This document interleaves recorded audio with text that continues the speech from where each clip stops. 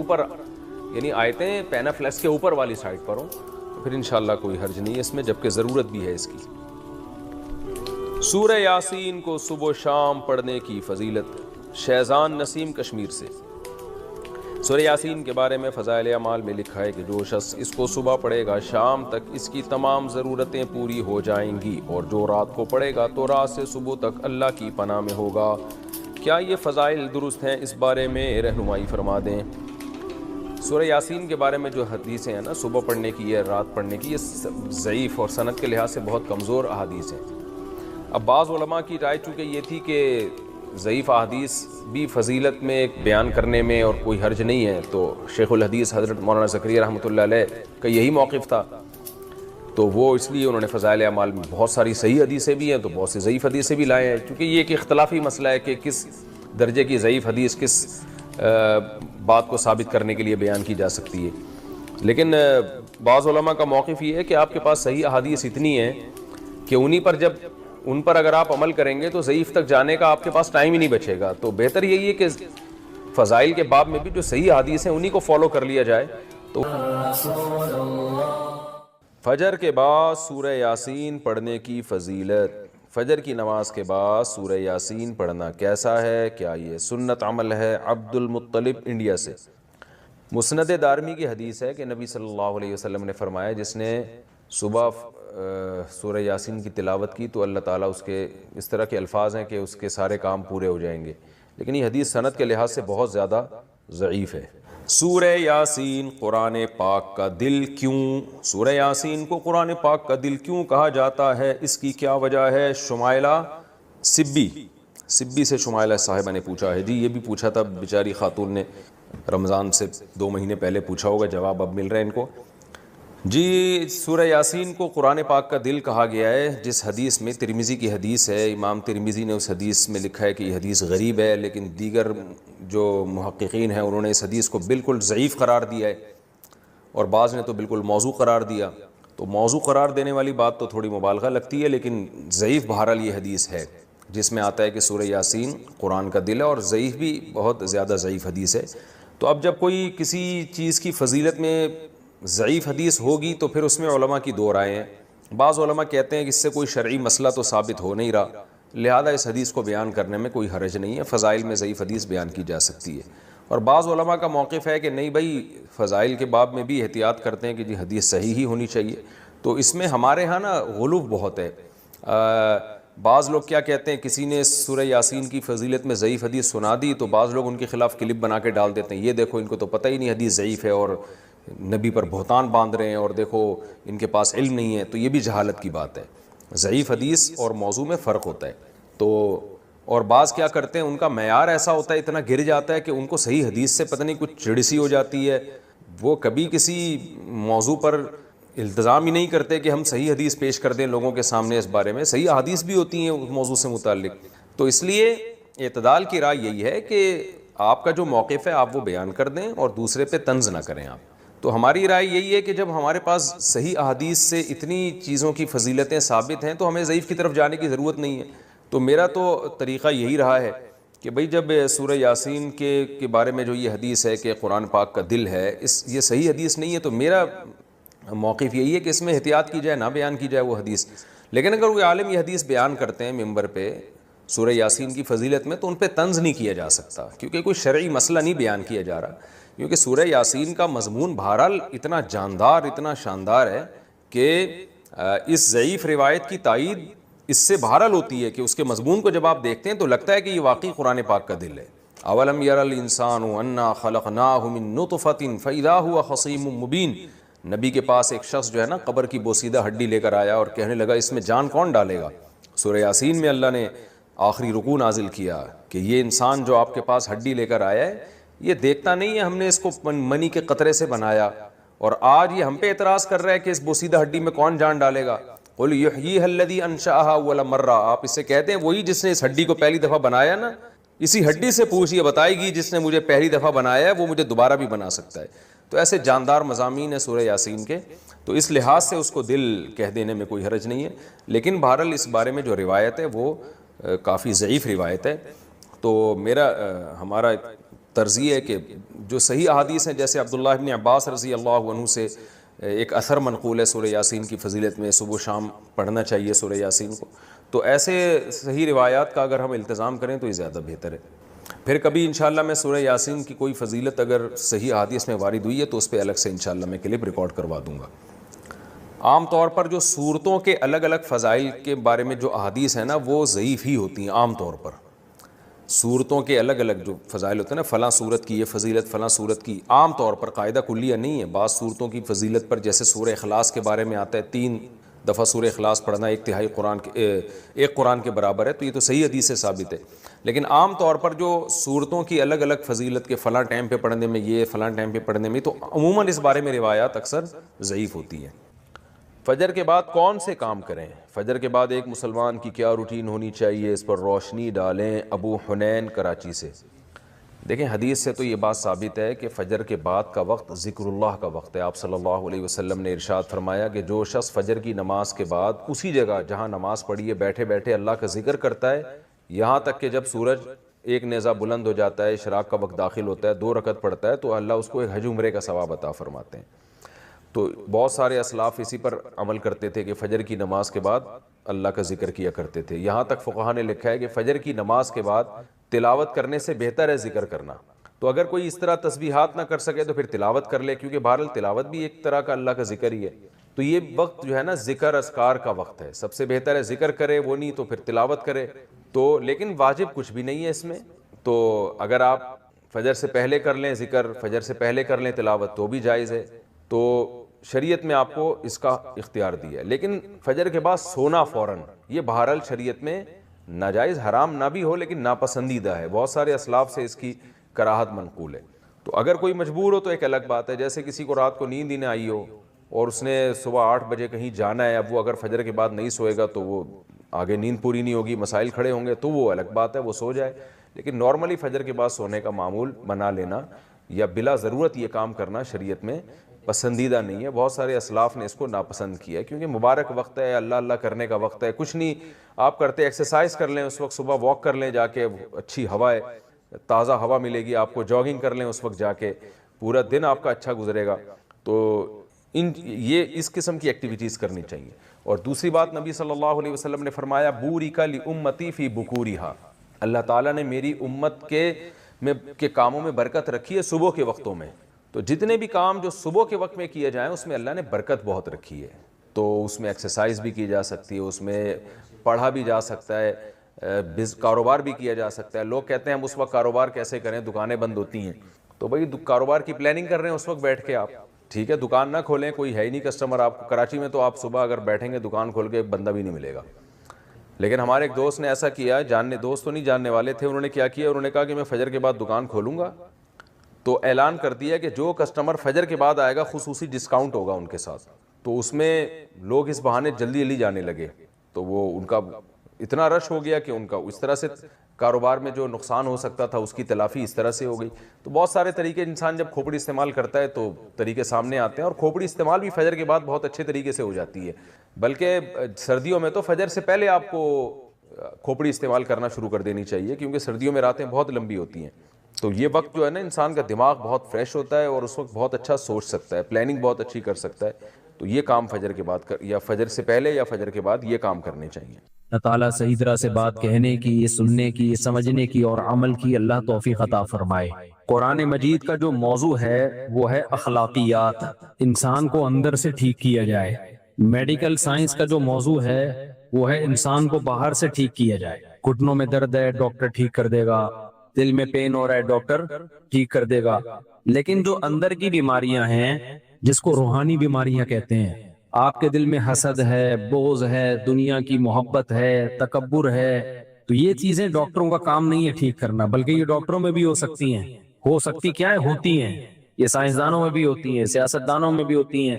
خواہشات کی پیروی کرنا، قرآن کہتا ہے افرأیت من اتخذ الہہ ہواہ، کیا آپ نے اس شخص کو دیکھا جو اپنی خواہشات کو خدا بناتا ہے، اس کا جو دل چاہتا ہے وہ کرتا ہے۔ اب اگر آپ ڈاکٹر صاحب کو بتائیں کہ ڈاکٹر صاحب میرے اندر ایک بیماری ہے، میرا جو موڈ ہوتا ہے میرا وہ کرنے کو دل چاہتا ہے، تو ڈاکٹر اس کو بیماری مانے گا؟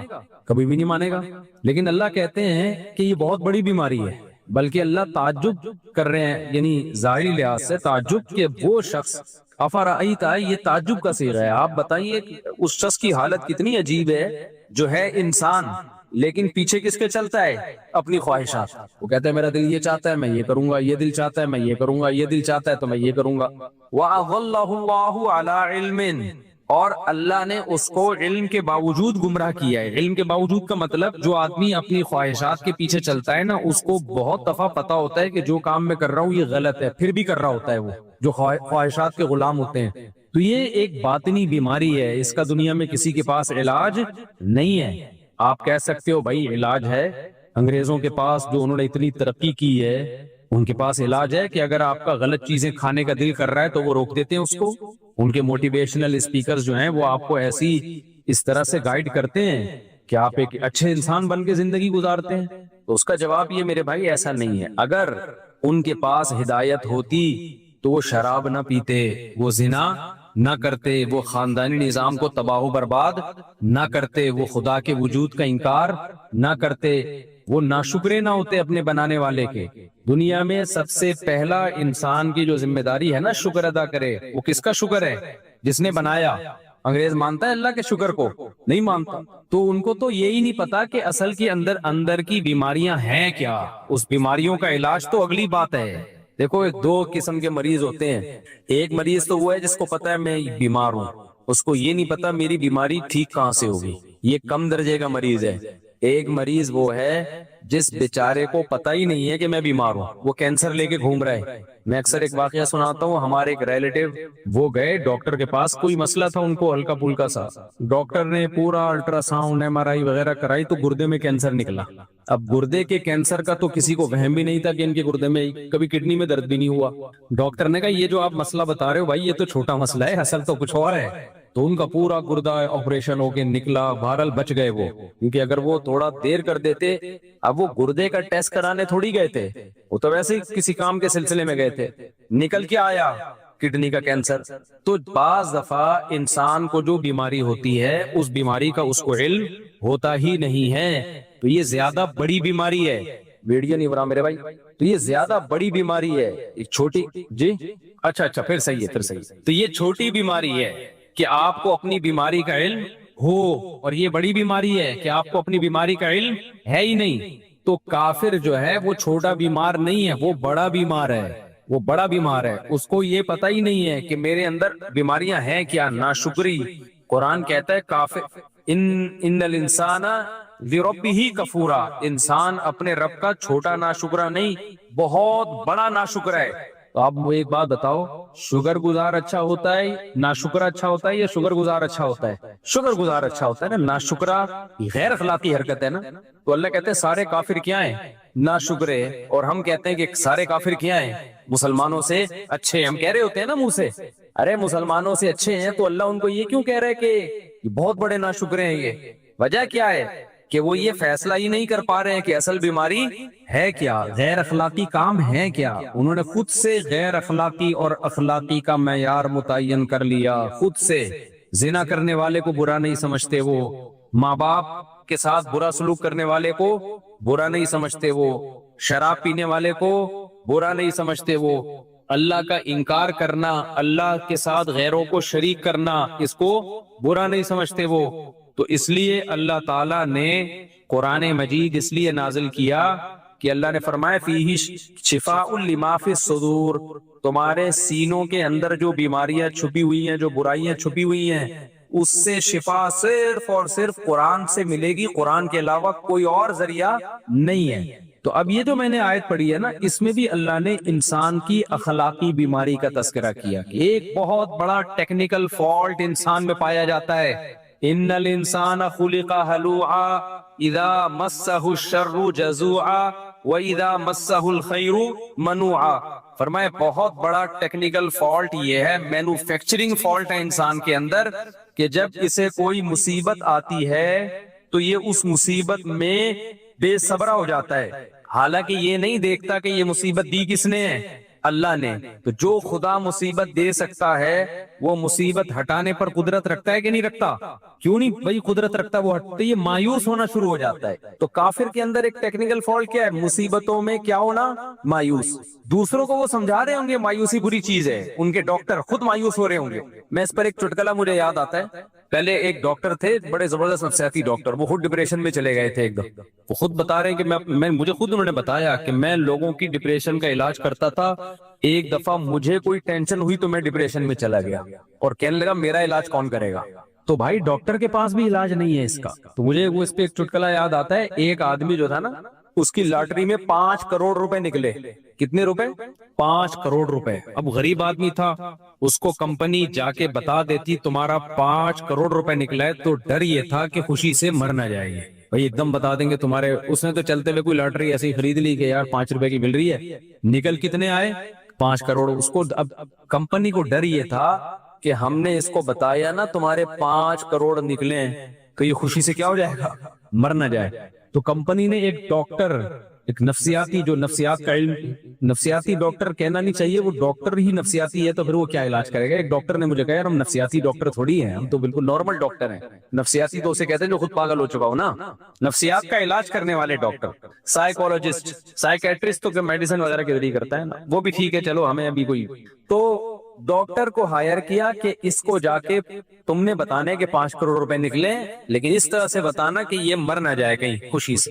ڈاکٹر نے کہا، کوئی بھی غریب ڈاکٹر تھا، اس نے کہا کوئی مسئلہ نہیں ہے. تو ڈاکٹر گیا اس کے پاس آرام آرام سے بتانے کے لیے نا. کہتا ہے دیکھو تمہارے نا 5 لاکھ روپے نکلے ہیں، تو میں تمہیں 5 لاکھ روپے دوں گا، لاٹری میں 5 لاکھ روپے نکلے تو تم کیا کرو گے اس 5 لاکھ کا؟ اس نے کہا یار زبردست، یہ تو بڑا زبردست ہے، میں 5 لاکھ روپے کا یہ بناؤں گا، یہ بناؤں گا، عمرہ کروں گا، فلانا کروں گا، ڈمکانا کروں گا. اچھا. کہہ رہے نہیں، ایکچولی تمہارے 10 لاکھ روپے نکلے ہیں. آہستہ آہستہ اس کو عادی بنا رہا. تو اب بتا تو 10 لاکھ کا کیا کرے گا جب میں تجھے 10 لاکھ دوں گا؟ اس نے کہا 10 لاکھ کا پھر میں یہ کروں گا، اور کچھ چیزیں بتا دی. ہوتے ہوتے 2 لاکھ، 3 لاکھ، 1 کروڑ، 2 کروڑ، 3 کروڑ، 4 کروڑ. جب 5 کروڑ پہ آیا نا، بولا یار تیرے 5 کروڑ نکلے، بتا تو کیا کرے گا؟ کہہ رہا میں سارے تجھے دے دوں گا. تو ڈاکٹر مر گیا خوشی سے. سمجھ رہے ہیں نا؟ جو ڈاکٹر ہے نا وہ کلٹی. وجہ کیا ہے بھائی؟ اس کو تو سنبھالنے والا ڈاکٹر تھا، وہی خبر جب ڈاکٹر کو ملے گی اس کو کون سمجھائے گا؟ سمجھ میں آ رہی ہے بات؟ وہ بھی تو عام انسانوں کی طرح کا ایک انسان ہے نا. یہ جو ڈپریشن کے ڈاکٹر ہوتے ہیں نا، آپ کی ڈپریشن ختم کرنے والے اور آپ کے مسائل کا حل کرنے والے، بھائی یہ بھی ہماری طرح کے کیا ہیں؟ انسان. یہ نہیں کر سکتے آپ کی اسٹریس. تھوڑی بہت میڈیسن اور تھوڑی بہت چیزیں ہوتی ہیں ان کے پاس، اس سے زیادہ کچھ بھی نہیں ہے. یہ خود پریشانیوں میں پاگل ہو جاتے ہیں بیچارے. کیونکہ انسان کی امید کا واحد ذریعہ صرف اور صرف کون ہے؟ اللہ ہے. اللہ نے قرآن مجید میں ہمارے سامنے ایسے واقعات پیغمبروں کے سنائے جن کو جو ٹینشنیں پہنچی تھی، جو پریشانیاں پہنچی تھی، ہم ان کا تصور بھی نہیں کر سکتے. ایسی ایسی پریشانیاں پہنچی ہیں، مگر ان پریشانیوں میں انہوں نے صبر کیسے کیا؟ کیا وہ ڈاکٹر کے پاس گئے تھے؟ بولو بھائی کیا ہو گیا؟ دیکھو ابراہیم علیہ السلام کو کتنی بڑی پریشانی، ان کو قوم نے اٹھا کے آگ میں ڈال دیا، پوری قوم ان کی دشمن ہو گئی، تنہا. ابھی یہ امریکہ سے آئے ہیں، 2 شادیاں کی انہوں نے. میں ان کے علاقے میں بھی گیا ہوں، سان فرانسسکو. آپ کے گاؤں کے لوگ بھی سن رہے ہوں گے یہ بیان. ان کا علاقہ ہے لاس اینجلس سے نا، بالکل ویسٹ امریکہ. تو میں نے جب یہاں بیان کیا تو میں نے ان لوگوں نے سوال پوچھا کہ 2 شادیاں کرنی چاہیے. میں نے کہا بھائی وہ امریکہ میں کیوں بولوں کہ 2 شادیاں کرنی چاہیے؟ وہاں الیگل ہے تو مجھے پکڑیں گے، کرنے اپنی ذمہ داری پہ کرو. تو ان کے گاؤں کے لوگ بڑے خوش ہو گئے کہ دیکھو مفتی صاحب کہہ کے گئے یہ نہیں کرنی چاہیے. حالانکہ میں نے یہ نہیں کہا تھا کہ نہیں کرنی چاہیے، یہ مجھے بتا رہے ہیں وہاں یہ پھیلا ہوا ہے کہ مفتی صاحب نے بولا یہاں نہیں کرنی چاہیے. خواتین بہت خوش ہے. حالانکہ میں نے یہ نہیں بولا، میرا مقصد ہے کرنا ہے تو مجھے کیوں پھنسوا رہے ہو بھائی تم. تو اب یہ جب انہوں نے دوسری کی، انہوں نے مجھے ابھی عصر کے بعد یہ ملنے آئے تھے، انہوں نے پورا واقعہ سنایا. میں بالکل اکیلا ہو گیا، میں بالکل ڈپریشن میں چلا گیا، میں بالکل تنہا ہو گیا، خاندان میں کوئی ساتھ دینے والا نہیں. یہاں تک کہ جن دوستوں نے کہا تھا تو ہمت تو کر، ہم ہیں تیرے پیچھے، وہ بھی بھاگ گئے. تو میں نے ان سے کہا میرے ساتھ بھی ایسا ہی ہوا تھا، جنہوں نے دوسری شادی میں اٹینڈ ہونے کے وعدے کیے ہوئے تھے نا مجھ سے، وہ بھی عین موقع پہ بھاگ گئے. انسان تنہا ہو جاتا ہے. تو اب یہ نہیں کہ پوری دنیا ان سے کٹ گئی ہے، چند لوگ خاندان کے کٹ گئے تو کتنی اسٹریس اور ڈپریشن اس بندے نے محسوس کی ہوگی. سوچو ابراہیم علیہ السلام سے تو پوری دنیا کٹ گئی تھی، ایک شخص بھی ان کا ساتھ دینے والا نہیں ہے. بعد میں جا کے لوط علیہ الصلوۃ والسلام جو ان کے بھانجے وہ ایمان لے کر آئے. بھانجا تو چھوٹا ہوتا ہے نا بہت. تو اور پھر ابراہیم علیہ السلام اپنے والد کو کیسے سمجھا رہے ہیں, یا ابتی لم تعبدو, اے میرے پیارے ابا آپ ان بتوں کی عبادت کیوں کر رہے ہو, یہ آپ کو نفع نہیں دے سکتے, آپ کو نقصان نہیں دے سکتے. پیار سے سمجھا رہے ہیں اور آگے ریپلائی کیا آ رہا ہے کہ لئن لم تنتہی لارجمنک, اے ابراہیم تو دعوت سے باز نہیں آیا پتھروں سے مار کے ہلاک کروں گا میں تجھے, معاذ اللہ. اتنا سخت ریپلائی جب باپ کی طرف سے بیٹے کو گیا ہے, کس قدر اسٹریس ہوئی ہوگی کہ نہیں ہوئی ہوگی. لیکن کہیں بھی نہیں ہے ابراہیم علیہ السلام نے کوئی محلے کا ڈاکٹر تلاش کیا ہو کہ بھائی دیکھیں یار یہ اتنی ٹینشنوں میں آیا ہوں, کسی اچھے ڈاکٹر سے رابطہ کرنا ہے. اس زمانے میں بھی حکیم ڈاکٹر تو ہمیشہ سے ہی ہیں. کس قدر الگ ہو گئے اپنی قوم سے, بالکل ہجرت کی کہ بھائی چھوڑ کے جا رہا ہوں اکیلے. اللہ نے مدد کی, حضرت ہاجرہ آپ کو ملی, حضرت سارہ آپ کو ملی, آپ کی 2 ازواج. پھر دوسری اس سے بڑی ٹینشن, آپ نے حکم دیا اپنی بیوی ہاجرہ کو کہاں چھوڑ کے آؤ, مکہ میں. کتنا دور ہے وہ علاقہ بھائی, ریگستان کا سفر ہو, اونٹوں کا سفر ہو, ارض شام سے چل کے آپ جب جہاز میں سفر کرتے ہو آپ کو نظر آتا ہے نیچے ریگستان. سڑکیں وڑکیں تھوڑی تھی, ریگستان میں سفر کرنا ہے اپنی محبوب زوجہ کو لے کے. کہاں, ایسی جگہ جہاں مکہ میں ایک انسان بھی نہیں, کوئی بشر بھی نہیں, وہاں پہنچا کے واپس آ جانا ہے. کس قدر اسٹریس اور ٹینشن کا کام ہے یا نہیں ہے. جا رہے ہیں اپنی زوجہ کو دودھ پیتے بچے کے ساتھ چھوڑ کے واپس آ رہے ہیں. زوجہ بھی پریشان, بھائی یہ کیوں. زوجہ نے بھی وہاں ٹائم گزارا, کوئی ڈاکٹر تلاش نہیں کیا, نہ ابراہیم علیہ السلام نے. وجہ کیا ہے بھائی, وہ یقین ہے کہ یہ ٹینشن دینے والا کون ہے. بولتے کیوں نہیں بھائی, جب کام اتفاقی ہوتا ہے نا ٹینشن ہوتی ہے, جب پتہ ہے ایک پلان کے تحت ہو رہا ہے ٹینشن نہیں ہوتی. اس کی میں ایک مثال دیتا ہوں. یہ جو کافر لوگ ہیں نا, یہ سمجھتے ہیں دنیا میں جو بھی حادثات ہو رہے ہیں, پریشانی آ رہی ہے, وہ بائی چانس ہے. وہ کیا ہے, بائی چانس ایسا ہو گیا, بائی چانس وہ مر گیا, بائی چانس یہ ہو گیا. تو آدمی کہتے ہیں یہ چانس میرے ساتھ ہی ایسا پتہ نہیں کیوں ہو رہا ہے. ٹھیک ہے نا, اس کی مثال دیکھو. آپ کہیں جا رہے تھے, آپ جب زمین پہ بیٹھے اتفاق سے نیچے کانٹا تھا, دھاڑ کر کے چپ گیا, آپ کی چیخ نکلے گی نا, غصہ بھی آئے گا, یار یہ کیا مصیبت ہے یار, یہ کون سوئی بھول گیا تھا یہاں پہ. لیکن ایک پلان کے تحت جب سوئی چبوئی جاتی ہے, ڈاکٹر جب چبوتا ہے تو ویسی چیخ بولو نہیں نکلتی, بلکہ انسان اپنی چیخ پہ کیا کرتا ہے, کنٹرول. بلکہ ڈاکٹر بھی کہتا ہے کنٹرول, یہ خود نہیں لگ رہی ہے, باقاعدہ میں لگا رہا ہوں. آپ کو تسلی بھی ہوتی ہے یار یہ ڈاکٹر ہے, یہ میرا خیر خواہ ہے, یہ میرے فائدے کے لیے ٹیکا لگا رہا ہے. مسلمان کو یہ پتا ہوتا ہے کہ جو پریشانیاں میرے اوپر آ رہی ہیں بائی چانس نہیں آ رہی ہیں, یہ پریشانیاں کون دے رہا ہے, اللہ. اور اللہ ظالم نہیں ہے, اللہ میرا خیر خواہ ہے. یہ خود بخود نہیں آ رہی, وہ دے رہا ہے مجھے آزمانے کے لیے, مجھے بنانے کے لیے, میرے گناہ معاف کرنے کے لیے, میرے درجات بلند کرنے کے لیے. یہ دنیا دارالامتحان ہے, یہ آزمائش کی جگہ ہے, یہ پیڑے کھانے کی جگہ نہیں ہے. یہ وہ جذبہ ہے جو کافر کے پاس نہیں ہوتا. سمجھتے ہو کہ نہیں سمجھتے؟ کافر اس بہت بڑی نعمت سے محروم ہے, اس کو پتہ ہی نہیں. لہذا ان کے ڈاکٹر بھی جب پریشان ہوتے ہیں نا تو وہ بھی ڈپریشن میں جاتے ہیں. نیند کی گولیاں کھا کھا کے سوتے رہیں گے وہ ایک الگ بات ہے, وہ بھی ٹینشن میں جاتے ہیں. ابراہیم علیہ السلام کو دیکھ لو, حضرت ہاجرہ نے جب پوچھا نا ابراہیم علیہ السلام سے, آپ مجھے یہاں کیوں چھوڑ کے جا رہے ہیں, تو انہوں نے فرمایا اللہ کا حکم ہے. فرمایا بخاری کی حدیث ہے, اذا اللہ یضیعنا, اگر یہ اللہ کا آرڈر ہے پھر اللہ ہمیں کبھی بھی ضائع نہیں کرے گا. جب اللہ کی طرف سے کوئی پریشانی آتی ہے تو اللہ نقصان پہنچانے کے لیے وہ پریشانی نہیں دے رہا ہوتا. یعقوب علیہ السلام کو دیکھ لو, قرآن میں واقعات بھرے ہوئے. یونس علیہ السلام مچھلی کے پیٹ میں گئے, وہاں انہوں نے اللہ کو یاد کیا.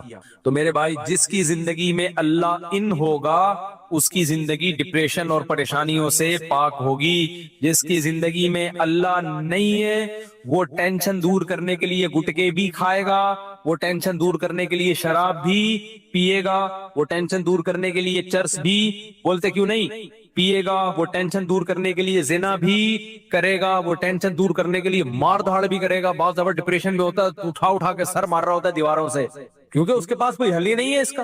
تو کافر یہ سارے کام کرتا ہے لیکن پھر بھی بہت نیک بنا ہوا ہے. آئیے ہمارے پاس ہے ڈپریشن کا علاج, آئیے ہمارے پاس ہے ٹینشن کا علاج. بھائی تمہارے پاس ٹینشن کا علاج ہوتا, نشہ سب سے زیادہ تمہارے ملکوں میں نہ ہوتا, شراب سب سے زیادہ تمہارے ملکوں میں نہ ہوتی. تو مسلمان بڑی بڑی پریشانیاں اٹھا کے بھی خوش رہ سکتا ہے, کافر چھوٹی سی پریشانی میں بھی خوش نہیں رہ سکتا. تو تو میں یہ عرض کر رہا تھا کہ اخلاقیات انسان کو اندر سے انسان کا بچہ بنانا، اندر سے یہ ٹھیک ہو جائے، یہ قرآن کے علاوہ کسی کے بس میں نہیں ہے۔ تو اس یہاں ہی اللہ نے فرمایا ان الانسان خلق ہلوعا، انسان جلد باز ہے، اذا مسہ الشر جزوعا، جب اس کو کوئی مصیبت پہنچتی ہے چیخنے چلانے لگتا ہے، بے صبری کا مظاہرہ کرتا ہے، وَإِذَا مَسَّهُ الْخَيْرُ مَنُوعًا، جب خوشی پہنچتی ہے اترانے لگتا ہے، کنجوس بن جاتا ہے۔ تو آگے اللہ نے کیا فرمایا؟ اِلَّا الْمُصَلِّينَ، فرمایا کچھ بندے ایسے ہیں جو مجھ پر اعتماد اور توکل کرتے ہیں، میں ان کی زندگی میں ان ہوں۔ تو جس کی زندگی میں اللہ ہے اسے یقین ہے کہ پریشانی کون دے رہا ہے؟ اللہ۔ دور کون کرے گا؟ اللہ۔ اور وہ پریشانی دے رہا ہے میرے فائدے کے لیے، مجھے رسوا کرنے کے لیے نہیں دے رہا۔ اگر کوئی یہ سمجھتا ہے نا اللہ مجھے پریشانی دے رہا ہے، اس کو مجھ سے کوئی دشمنی ہے معاذ اللہ، تو حدیث میں آتا ہے پھر جیسا یہ گمان رکھتا ہے اللہ معاملہ ویسے ہی کرتے ہیں اس کے ساتھ۔ کتنے لوگ میرے پاس آتے ہیں مجھے کہتے ہیں یار مفتی صاحب ایک پریشانی کے بعد دوسری، دوسری کے بعد تیسری، پتہ نہیں اللہ کو میں ہی ملاؤں۔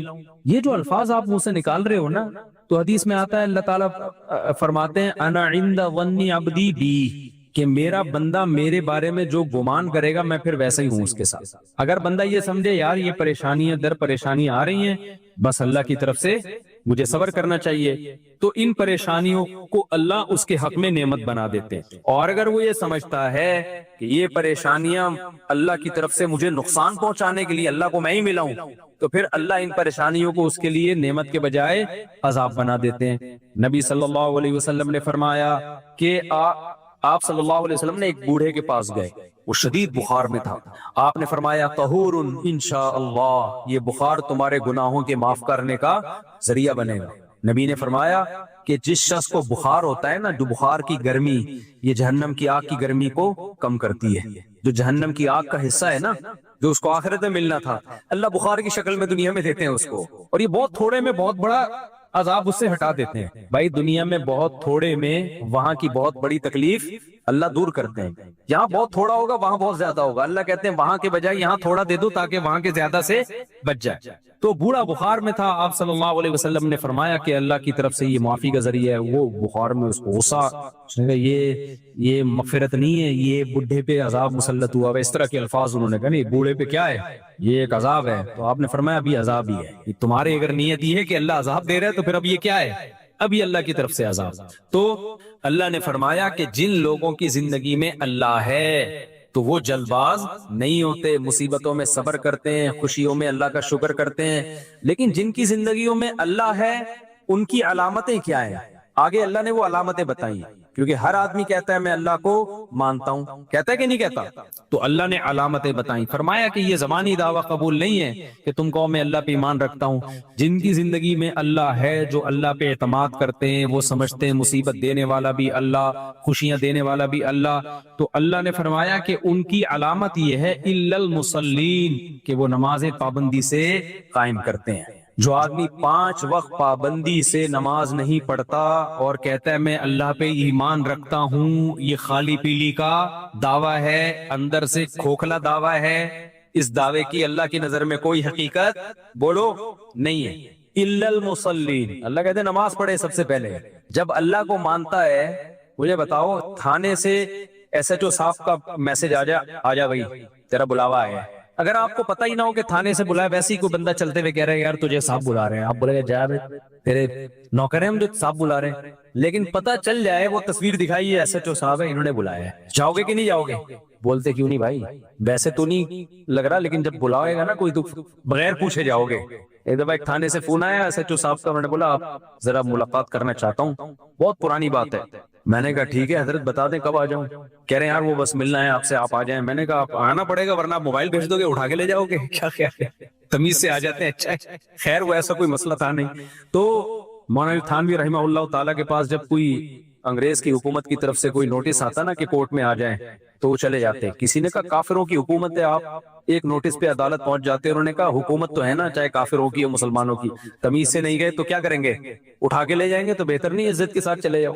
تو وہ فنٹر گیری اچھی نہیں ہوتی. اپنی حیثیت دیکھنی چاہیے انسان کو. بعض لوگ فنٹر بنتے ہیں پھر بعد میں اس سے بھی زیادہ ان کو رسوا ہونا پڑتا ہے. اب دیکھو جب کسی بڑے کی طرف سے دعوت آئے, ڈی ایس پی نے بلایا, ایس ایس پی نے بلایا, فلانے کرنل نے بلایا, فلانے نے بلایا, بادشاہ نے بلایا, وزیر اعظم نے بلایا, سعودی عرب میں بادشاہ سلامت نے کسی کو بلایا کہ فلاں کو میرے پاس لے کر آؤ. اگر آپ کو یقین نہیں ہے نا کہ فلاں نے بلایا ہے تو آپ انکار کر دو گے. آپ بولو گے مذاق کر رہا ہے. آپ کیا بولو گے؟ ابے مذاق کر رہا ہے, مجھے کیوں بلائے گا بادشاہ, مجھے کیوں بلائے گا شہزادہ, مجھے کیوں بلائے گا ایس ایس پی. لیکن اگر آپ کو یقین ہے نا کہ اس نے بلایا ہے تو آپ اس کی دعوت کو ٹھکرا سکتے ہو کیا؟ بولو. ٹھکراؤ گے بشرطے کے محلے سے بھاگنے کا پروگرام ہو, اگلی فلائٹ سے ملک چھوڑنے کا پروگرام ہو, کبھی بھی نہیں ٹھکراؤ گے. تو اللہ کہتے ہیں جو مجھے مانتا ہے نا, جب میری طرف سے ندا لگتی ہے حی علی الصلاۃ, آؤ کس کی طرف؟ نماز کی طرف, اور اس کو یقین ہے کہ یہ صدا کون لگا رہا ہے؟ مؤذن اللہ کے حکم پہ. کافر کہتے ہیں اللہ کی طرف سے صدا یہ ہے ہی نہیں, یہ مسلمانوں کا اپنا کلچر ہے اذان. ہم کیا کہتے ہیں یہ صدا کس کی طرف سے ہے؟ بولتے کیوں نہیں بھائی, یہ اللہ کی طرف سے ہے بھائی. مؤذن تو ایک اپنی ڈیوٹی پوری کر رہا ہے. نبی صلی اللہ علیہ وسلم نے جب حضرت بلال کو اذان سکھائی ہے نا, تو یہ اذان نبی کو کس نے سکھائی ہے؟ اللہ نے. حضرت عمر کو بھی خواب آیا, زید ابن ارقم کو بھی خواب آیا. جب مسلمانوں نے طے کیا نا بھائی ہم 5 وقت اللہ نے نماز فرض کی 5 ٹائم, تو مسلمان آ جاتے تھے 5 ٹائم پہ. صحابہ کے درمیان مشورہ ہوا, نبی صلی اللہ علیہ وسلم نے مشورہ کیا ہم لوگوں کو بتائیں کیسے کہ جماعت کا ٹائم ہو رہا ہے. پہلے گھڑیاں تو تھی نہیں بھائی, کوئی ایسا طریقہ ہونا چاہیے ہم لوگوں کو بتائیں تاکہ لوگ اس ٹائم پہ آ جائیں. تو اعلان کیا ہو؟ تو کسی نے کہا بھائی عیسائی لوگ جیسے وہ بجاتے ہیں, کوئی سائرن بجاتے ہیں, گھنٹی بجاتے ہیں, کچھ ہندوؤں کے مندروں میں گھنٹیاں بجتی ہیں, تو ہم بھی ایسا کریں گے. اللہ کو یہ آواز پسند نہیں تھی. اللہ اس امت مسلمہ کو ایک اعزاز دینا چاہتے تھے. کتنا بڑا اعزاز کہ اس امت مسلمہ کے ذریعے فضاؤں میں گھنٹیاں نہ گونجیں, اللہ اکبر کی تکبیریں گونجیں. پوری دنیا میں کہیں نہ کہیں ہر وقت اللہ اکبر کا نعرہ بھی لگ رہا ہے, اشہد ان لا الہ الا اللہ کا نعرہ بھی لگ رہا ہے, اشہد ان محمد رسول اللہ صلی اللہ علیہ وسلم کا نعرہ بھی. پیغمبر کی رسالت کی صدائیں بھی پوری دنیا میں ہر وقت گونج رہی ہیں, فجر میں بھی, ظہر میں بھی, عصر میں بھی, مغرب میں بھی, عشاء میں بھی. اللہ کی کبریائی, اللہ کی توحید بھی. اللہ یہ چاہتے تھے اس امت مسلمہ کو اعزاز دینا, تو اللہ نے حضرت عمر کو بھی خواب دکھایا, حضرت زید ابن ارقم کو بھی. یہ دونوں نبی کی خدمت میں گئے, بتایا, آپ نے فرمایا, حدیث کا مفہوم بیان کر رہا ہوں, یہ کس کی طرف سے ہے؟ اللہ کی طرف سے. اللہ ہمیں بتا رہا ہے کہ نماز کے لیے جب تم نے لوگوں کو بلانا ہے, گھنٹیاں نہیں بجانی اور نہ سائرن بجانے ہیں, تم نے کیا کرنا ہے؟ صدائیں بلند کرنی ہے, اللہ اکبر اللہ اکبر. اتنی سی نماز ہے, اس کی دعوت کتنی بڑی ہے. آپ دیکھو مجھے ایک بات بتاؤ, جب بھی دنیا میں کوئی کام ہوتا ہے نا, ایک دفعہ اگر ہو تو اس کے اعلان کی ضرورت ہوتی ہے. جو کام 5 ٹائم بار بار ہونا ہے تو ہر بار اعلان کی ضرورت ہوتی ہے. یار آپ اسکول کو دیکھ لو نا, یا آپ آفس میں جب جاتے ہو تو آفس میں آپ کو بتا دیا جاتا ہے روزانہ 9 بجے آپ نے آنا ہے. گورنمنٹ کا آفس ہے تو اس میں بتا دیا جائے گا رات شام 2:30 بجے آپ نے یہاں صبح پہنچنا ہے. گورنمنٹ میں صبح 2:30 بجے بجتے ہیں گورنمنٹ کے اداروں میں, تو آپ نے صبح کتنے بجے پہنچنا ہے؟ یہاں پہ 9 بجے پہنچنا ہے. ایک دفعہ بتا دیں گے نا بھائی, اب خود آ جایا کرو, یہ نہیں کہ ہم بھوبو لے کے تمہارے گھر میں پہنچا کریں گے 9 بجے آ جا بھائی. بار بار ضرورت ہوتی ہے بتانے کی نا. تو اللہ میاں نے بھی بتا دیا بھائی فجر کا یہ ٹائم ہے, ظہر کا سورج ڈھل جائے گا تو ٹائم ہے, عصر جب ہر چیز کا سایہ 1 مثل اور یا 2 مثل جو علماء کا اختلاف ہے, اور پھر مغرب غروب آفتاب کے بعد عشاء جب شفق غائب ہو جائے تو بس کافی تھا. ہر بار اعلان کیا جا رہا ہے اللہ کی طرف سے, اللہ اکبر اللہ اکبر. دنیا بڑی نہیں ہے, بڑا کون ہے؟ اللہ سب سے بڑا ہے. کیونکہ جب اذان ہوتی ہے تو ہمیں دنیا اپنی طرف کھینچتی ہے. ڈرامہ, فلم, کاروبار, ملازمت, جاب, کسٹمر, یہ سب چیزیں کیا کر رہی ہوتی ہیں؟ بولو, کھینچ رہی ہوتی ہیں. مؤذن کو کہہ دیا اللہ نے کہ ان کو بتا دو یہ چیزیں بڑی نہیں ہیں, بڑا کون ہے؟ اللہ. یہ بالکل ایسے ہی ہے جو ایس ایچ او والی مثال, ایک طرف ایس ایچ او بلا رہا ہے, ایک طرف گلی کا چپڑاسی بلا رہا ہے. آپ کہہ رہے ہو میں چپڑاسی کی دعوت پہ جاؤں گا, اگلا بولے گا بیٹا چپڑاسی چھوٹا ہے, تھانے دار کیا ہے, بڑا ہے, وہاں چلا جا ورنہ وہ نہیں چھوڑے گا تجھے, اس کو بعد میں نمٹا لینا. کہتے ہیں کہ نہیں کہتے؟ بھائی تجھے تیرا باپ بلا رہا ہے, ادھر چلا جا. تو باپ کی دعوت کو ٹھکرا رہا ہے اور ماموں کی دعوت پہ جا رہا ہے, تو بیوقوف ہے یا نہیں ہے؟ باپ پہلے, باقی سب کون ہے؟ بعد میں. تو اللہ تعالیٰ بھی قرآن میں کہتے ہیں کہ اذان کے ذریعے یہ کہلوایا اللہ اکبر, اللہ سب سے بڑا ہے، یہ بتا دیا کہ اب اس کے آرڈر کے آگے بیوی، بچے، باپ، ماں، کاروبار، بزنس، جاب، ملازمت سب کیا ہیں؟ چھوٹے ہیں، بہت چھوٹے ہیں۔ کس قدر موٹیویشن ہے، پھر ایک بار نہیں 4 بار، پھر میں گواہی دیتا ہوں اللہ کے سوا کوئی عبادت کے لائق نہیں ہے۔ جب نہیں ہے تو کس کی عبادت کی جائے گی؟ کس کو مانا جائے گا؟ اللہ کو۔ اور ہم جو یہ کہہ رہے ہیں، شیطان وسوسہ دل میں ڈال سکتا ہے، بھائی ہو سکتا ہے یہ مسلمانوں نے خود سے عبادت کا ایک طریقہ ایجاد کر لیا ہو سکتا ہے خود سے کسی مولوی صاحب نے فتویٰ دے دیا ہو کہ اللہ اکبر کہہ کے لوگوں کو بلایا کرو۔ نہ نہ نہ، ہم گواہی دیتے ہیں اشہد ان محمد رسول اللہ، میں گواہی دیتا ہوں کہ محمد صلی اللہ علیہ وسلم اللہ کے رسول۔ تو جو پیغمبر ہیں انہوں نے یہ دعوت ہمیں سکھائی ہے، تو یہ پیغمبر کی دعوت نہیں ہے۔ میسنجر کا کام اپنا پیغام پہنچانا نہیں ہوتا، میسنجر کا کام اس کا پیغام جس کے وہ میسنجر ہیں۔ تو محمد صلی اللہ علیہ وسلم اللہ کے میسنجر ہیں، لہذا یہ آپ کا اپنا پیغام نہیں ہے، یہ کس کا پیغام ہے؟ اللہ کا ہے۔ اللہ کہہ رہے ہیں حی علی الصلاۃ، کتنی زبردست دعوت ہے۔ تو نبی کی رسالت کا اعتراف کر کے اصل میں کیا بتانا ہے کہ یہ اذان نبی کا پیغام نہیں ہے، یہ اذان اصل میں کس کا پیغام ہے؟ اللہ کا پیغام ہے۔ لہذا آگے جب حی علی الصلاۃ کی دعوت ہوگی، آؤ نماز کی طرف، تو یہ مؤذن کی یا پیغمبر کی دعوت نہیں ہے، ان کی بھی ہے لیکن اصل کس کی ہے؟ وہ تو نقل کرنے والے ہیں، اصل یہ اللہ کہہ رہے ہیں حی علی الصلاۃ۔ ہم کیوں نہیں آتے نماز کے لیے؟ اس لیے کہ ہم سمجھتے ہیں مؤذن صاحب کہہ رہے ہیں۔ جب اذان ہو رہی ہے تو کہتے ہیں مؤذن کہہ رہے ہیں اللہ اکبر اللہ اکبر، مؤذن اذان دے رہا ہے۔ حی علی الصلاۃ کہہ رہے ہیں، مؤذن کہتے ہیں یار مؤذن صاحب کو چونکہ تنخواہ ملتی ہے لہذا اس میں تو ٹائم پہ کیا کہنا ہے؟ حی علی الصلاۃ ہی کہنا ہے۔ 2 دفعہ حی علی الصلاۃ کہنا ہے، 1 دفعہ بھی کہے گا تو تنخواہ کیا ہو جائے گی؟ ابے کوئی حی علی الصلاۃ 1 دفعہ کہہ کے نکل لے پتلی گلی سے، اس کو مؤذن کو پوری تنخواہ ملے گی؟ کچھ لگ رہا ہے آپ لوگ کی سمجھ میں آ نہیں رہا بھیا۔ مؤذن 1 دفعہ بھی 1 لفظ بھی چھوڑ دے، تنخواہ پوری ملے گی اس کو؟ نہیں ملے گی، لوگ پکڑ کے ماریں گے، اذان تو پوری دے۔ تو ہم یہ سمجھ رہے ہوتے ہیں یہ حی علی الصلاۃ، آؤ نماز کی طرف، یہ اعلان مؤذن کر رہا ہے۔ میرے بھائی یہ ہماری غلط فہمی ہے، مؤذن نہیں کر رہا، یہ کون کر رہا ہے اعلان؟ یہ اللہ کہہ رہے ہیں حی علی الصلاۃ، حی علی الفلاح۔ ہاں مؤذن کا مقام بلند ہے، اس لیے کہ وہ اللہ نے جو اس کے ذمہ ڈیوٹی لگائی وہ اس ڈیوٹی کو پوری کر رہا ہے۔ اس لیے جب بھی کہیں جنگلوں میں نماز پڑھا کرو نا تو خود اذان دینے کی کوشش کیا کرو۔ نبی صلی اللہ علیہ وسلم نے فرمایا کہ سب سے اونچی گردن قیامت کے دن مؤذن کی ہوگی۔ یہ کنایہ ہے عزت سے، کیونکہ وہ 5 ٹائم اللہ کا اعلان فضاؤں میں بلند کرتا ہے۔ ہمارے حضرت کے ایک شاگرد تھے، شاگرد تو نہیں مرید تھے، وہ پی آئی اے میں بہت بڑے آفیسر تھے، بہت بڑے آفیسر، سینئر ترین آفیسر تھے وہ۔ لیکن جب وہ دارالفتہ آتے نا ہمارے حضرت کے ہاں تو اذان وہ خود دیا کرتے تھے۔ ان کی کوشش ہوتی جب میں ہوں تو میں ہی اذان دوں، کسی اور کو نہیں اذان دینے دیتے تھے۔ تو کمال ان کا یہ نہیں تھا کہ اذان دیتے تھے، کمال یہ تھا کہ جب کوئی ان سے ملتا کہ آپ کیا کرتے ہیں تو کہتے تھے میں مفتی رشید احمد صاحب کے ہاں مؤذن ہوں۔ وہ اپنے اس عہدے کا نہیں بتاتے تھے کہ میں پی آئی اے میں اتنا بڑا آفیسر۔ بھائی پوچھتے ہیں آپ کیا ہو؟ کہتے ہیں میں کیا ہوں بھائی؟ میں مؤذن ہوں۔ کہتے ہیں یار اتنا پڑھا لکھا آدمی انگلش ٹھش ٹھش بولتا ہے اور ایسے گیٹ اپ سے بھی لگتا ہے کوئی بڑا آدمی ہے، کھاتا پیتا، اور کام کیا کر رہا ہے مؤذن؟ وجہ کیا تھی؟ وہ کہتے تھے بھائی قیامت کے دن میرا مؤذن ہونا یہ میرے لیے زیادہ بڑا اعزاز ہوگا، پی آئی اے کا آفیسر ہونا زیادہ بڑا اعزاز نہیں ہوگا۔ تو ایسا نہ ہو دنیا میں جب کوئی ملے میں عزت کے لیے بولوں پی آئی اے کا آفیسر ہوں، قیامت میں اللہ جب مؤذنوں کو بدلہ دے رہا ہوگا تو اللہ کہے گا تو آفیسر پہلے، مؤذن تو کیا ہے بعد میں۔ تو جو وہاں کہنا یہاں بھی کیا کہو، یہاں بھی وہی کہو۔ اللہ کہے گا ادھر تو پیڑے کھانے کے لیے مؤذن نہیں ہو، کیونکہ مؤذن جب کوئی کہتا نا تو رشتہ ہی نہیں ہوتا۔ ہمارے محلے میں ایک صاحب تھے، ان کی بھی جاب تھی اچھی، ان کو بھی شوق تھا یار چلو میں بھی اذان دے دیا کروں جا کے، کبھی کبھار وہ بھی اذان دیتے۔ یہ میرے سامنے کا واقعہ ہے، ان کے رشتے والے آئے، لڑکی والے گھر میں آ کے بیٹھے ہوئے، وہ سامنے بیٹھے ہیں، لڑکی والے ادھر، لڑکے والے سامنے۔ یہ لڑکا کہیں چلا گیا اذان دینے، اذان کا ٹائم ہو گیا تھا، حالانکہ اس کی اچھی جاب بھی تھی ایک الگ سے، پراپر مؤذن نہیں تھا یہ چلا گیا ہماری مسجد میں، وہاں نا جہاں ہم پہلے رہا کرتے تھے پراپر مؤذن نہیں تھا۔ امام صاحب نے کہا تھا جس دن تو اذان دینے کا شوق ہے سب دے سکتے ہیں، کوئی ایک آدمی نہیں ہے جس کو دل چاہتا ہے اذان دے آ کے۔ تو وہ گئے اذان دینے کے لیے، لڑکی والے نے اچھا لڑکے والوں نے فخر سے بتایا یہ ہمارا بیٹا اذان دے رہا ہے۔ ان کا خیال تھا کہ وہ تو خوش ہو جائیں گے، مسلمان ہیں۔ تو لڑکی کے ابا نے کہا اچھا یہ آپ کا بیٹا اذان دے رہے ہیں؟ ہاں۔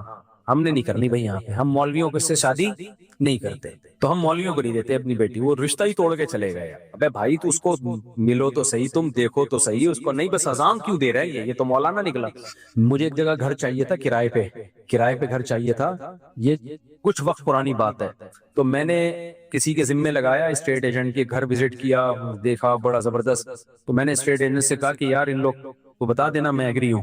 اسٹیٹ ایجنٹ، وہ کوئی خاتون اس گھر کی مالک تھی، اسٹیٹ ایجنٹ نے ان کو بتایا کہ خاتون ہے، ان سے رابطہ کیا اور کہا کہ یہ مفتی صاحب ہیں، وہ گھر لینا چاہتے ہیں، تو اس خاتون نے ان کو آڈیو بھیجی، وہ آڈیو اس نے مجھے بھیج دی، کہتی ہے مفتیوں کو ہم نے گھر نہیں دینا ہے، مطلب کوئی نارمل قسم کے لوگ لے کر آؤ، مفتیوں کو ہم نے گھر، ایسا تنزیہ۔ ابھی بھی وہ آڈیو میں سنا سکتا ہوں، ابھی میرے موبائل میں پڑی ہوئی ہے اس خاتون کی آڈیو، آپ لیکن وہ سمجھ جائے گی کہ میری بات ہو رہی ہے، اس لیے میں سنا نہیں رہا، وہ میں نے واٹس ایپ پہ سنبھال کے رکھی ہوئی ہے، مفتیوں کو ہم نے گھر نہیں دینا۔ تو میں نے کہا